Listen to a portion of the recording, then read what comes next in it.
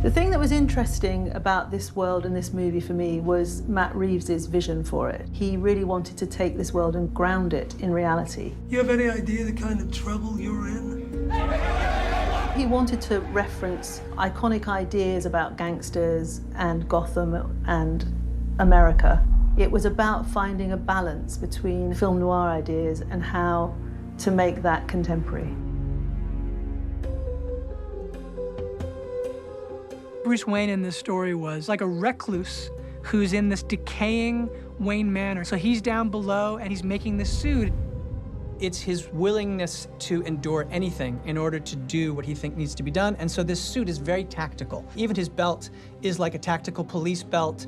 Everything from zip tie handcuffs to UV light. This would be his flare. And then we have sticky bombs, so they can either be placed and set by hand, or they can be fired from this cartridge here. I like that we take stuff from real life and introduce it into the costume. The boots, they're not like fancy superhero boots, they're like Austrian army boots. He's made a top to them to protect his shin. The whole idea that it should feel very real and grounded in reality. But when it came to the flip side of it, which is Batman can't go looking out for crime in the night dressed as Batman, so what does he do? He goes out as the Drifter. Rob was involved in the evolution of this costume. He really wanted to push the workwear and the idea that that's what makes you most invisible in a modern crowd. He specifically spoke about the dock workers in Manhattan. We actually went to New York to workwear shops and we bought these trousers, lots of different jackets. We tried on a lot of different versions. It was just to find the kind of most invisible costume that we could.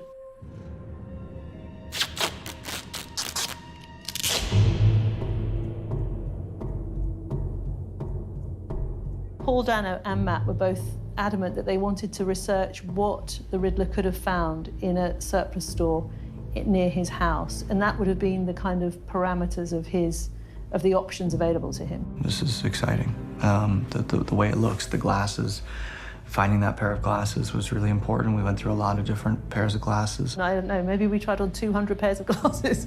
I love those clear frame glasses. There's just something about them with over the mask. There's something scientific, doctor-y, like, I don't know, there's just some vibe there that I think is really fun. This is a very important prop. This is all of his confessions and tormented mind. Floor to ceiling, we have these ledgers. We had some makers in for many weeks to manufacture all of those by hand, yeah. It is handwritten, so the handwriting was developed by one of our artists, and then she had to sit and write the entire ledger, or a good part of it. It's sort of pressed into the paper. We looked at Charles Crumb, whose journals, again, he had a disturbance of the mind, and his journals are very much like what you see here. This is the level of detail we're trying to achieve. Selena has her backpack, she has her phone, her whip. This was one of the first props that I worked out with Matt.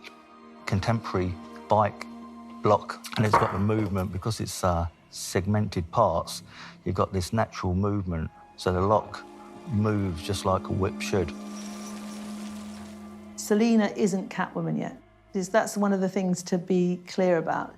It feels very feminine and very sexy, but still at the same time practical. And then the idea was, how can we take those things and tweak them just a bit so you can see, oh, it's kind of ripping at the seams. It could become the catsuit.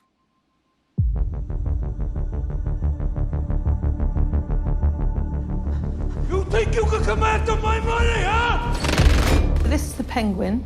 We ended up with a kind of amalgamation with a 40s influenced 80s suit and a very 80s looking leather coat. The colour palette of the costumes are extraordinary. The suit that was made, it just does something to you. There's something kind of esoteric to it that when you put the whole thing on, it's not you anymore. There doesn't feel to be any space between you and what you're wearing. It's all one and the same. The first prop that Colin asked me about is a very gangster-type gold ring. Saw what it was, and I kind of understand the language of where Colin might want his character to go with. This is just a soft rubber version of his micro Uzi, which is iconic. Everything is about character, emotion, and theme. Everything is built out from there. It really is about, you know, everyone contributing and it being a kind of joint piece of work to always make the world feel as complete as possible.